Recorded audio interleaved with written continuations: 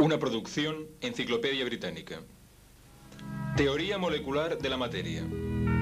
Observemos algunas propiedades de la materia que han conducido a la teoría cinético-molecular. Veamos la materia en cada uno de sus tres estados. Sólida como la tiza, líquida como el agua y gaseosa como el aire de esta probeta. Veamos cómo se mezclan los gases. Colocamos esta ampolla, que contiene bromo, en el interior de la probeta y la rompemos. Por el color notaremos que el vapor de bromo se difunde lentamente en el aire. Las imágenes tomadas en cámara rápida permiten acelerar el proceso 60 veces. En realidad, el bromo necesita 23 minutos en difundirse en el aire de la probeta. ¿Cómo es posible que una sustancia pueda pasar a través de otra? Consideremos el aire. La teoría cinético-molecular se basa en la suposición de que toda materia está constituida de diminutas partículas, en constante movimiento, llamadas moléculas. En un gas, las moléculas están muy separadas y se mueven con gran libertad. En nuestra probeta hemos dejado que las moléculas de bromo se difundan entre las moléculas de aire, que obstaculizan al bromo, y por ello la difusión es muy lenta.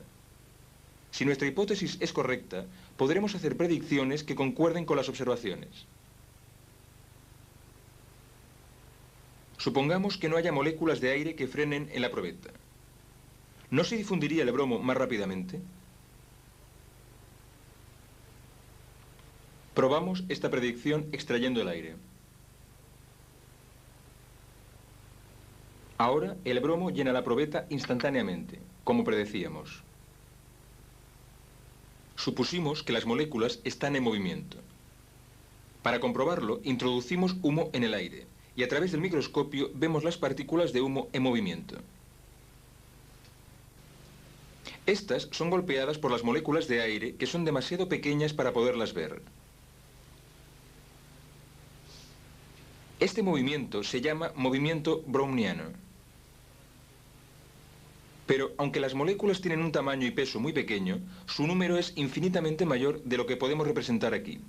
En un centímetro cúbico de aire hay tantas moléculas como granos de sal de mesa en un cubo de 1 kilómetro de lado.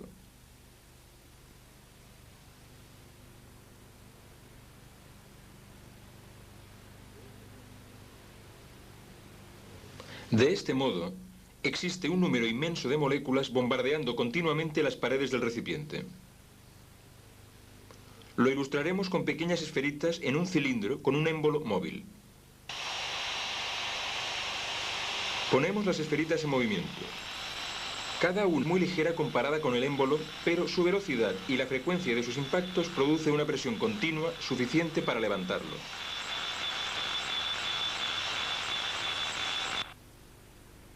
Las moléculas aceleradas de un gas tienen un efecto similar que podemos medir como presión del mismo. ¿Qué condiciones varían la presión de un gas? Si introducimos más gas en este cilindro de volumen determinado, un mayor número de moléculas chocan con las paredes y la presión aumenta. Si dejamos salir gas, la presión disminuye. Al enfriar un gas, vemos también que la presión baja. Para interpretar esto, supondremos que al enfriar una sustancia disminuye la velocidad media de las moléculas y por lo tanto su energía cinética se reduce. Los impactos son más débiles y la presión es menor. Por el contrario, la presión aumentará calentando el gas. Existe otro factor que debemos considerar en nuestro estudio de esta teoría. Cualquier materia se atrae con cualquier otra materia, por lo que cada molécula se atrae con todas sus vecinas.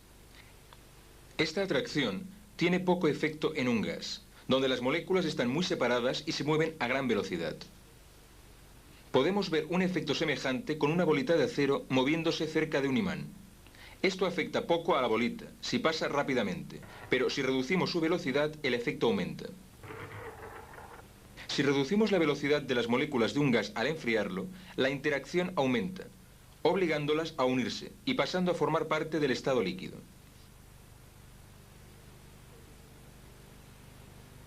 Este es el proceso de una condensación que podemos observar enfriando vapor de agua. Un número determinado de moléculas ocupan en estado gaseoso un volumen mucho mayor del que ocupaban en estado líquido.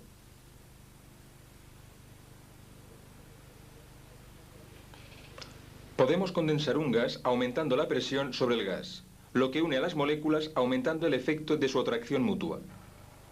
De la misma forma que el imán atrae más y más a la bolita al pasar más cerca. El efecto es el mismo que con el del enfriamiento, un cambio de estado de gas a líquido. Observemos ahora las características de la difusión en los líquidos. Tenemos permanganato de potasio y agua. Como las moléculas están mucho más juntas en el líquido que en el gas, podemos esperar una difusión más lenta. Observemos el proceso de difusión a cámara rápida, ya que se necesitan 18 horas para completarlo. Aunque las moléculas de un líquido están muy próximas entre sí, pueden moverse al azar.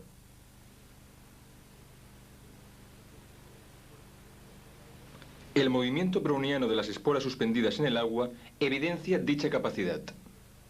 Se agitan constantemente al ser golpeadas por las moléculas del líquido. Ahora observaremos un cambio del estado líquido al sólido. Enfriamos este hiposulfito fundido y vemos que se forman cristales. Las moléculas del sólido no están necesariamente más próximas unas a otras que las del líquido, pero no pueden moverse al azar. Las fuerzas de atracción las mantienen unidas en una estructura fija. Obsérvese la forma simétrica de los cristales. Pero incluso en un sólido persiste algún tipo de movimiento que aumenta su amplitud al calentar el sólido, en este caso hielo. La energía cinética de las moléculas aumenta. Finalmente, el movimiento llega a ser tan enérgico que vence a las fuerzas de atracción. Ahora, las moléculas se mueven al azar y el sólido se ha convertido en líquido. Observemos que mientras el hielo se funde, la temperatura permanece constante en el punto de fusión, puesto que la energía calorífica que suministramos se consume para romper la fuerza de atracción. La energía cinética de las moléculas no aumenta. Solo cuando el hielo está fundido, la temperatura sube si continuamos calentándolo. Otra vez, suspendemos esporas en el agua y vemos la aceleración del movimiento molecular al ir subiendo la temperatura de 20 grados centígrados a 70 grados centígrados. Algunas de las moléculas con más energía pueden liberarse de las demás al alejarse de la superficie del líquido. Esto es la evaporación, y su efecto es enfriar el líquido restante, puesto que la pérdida de moléculas de alta energía hacen descender la energía media y, por consiguiente, la temperatura. Si extraemos fuera el aire y dejamos evaporar el agua, rápidamente el líquido pierde tanto calor que llega a congelarse.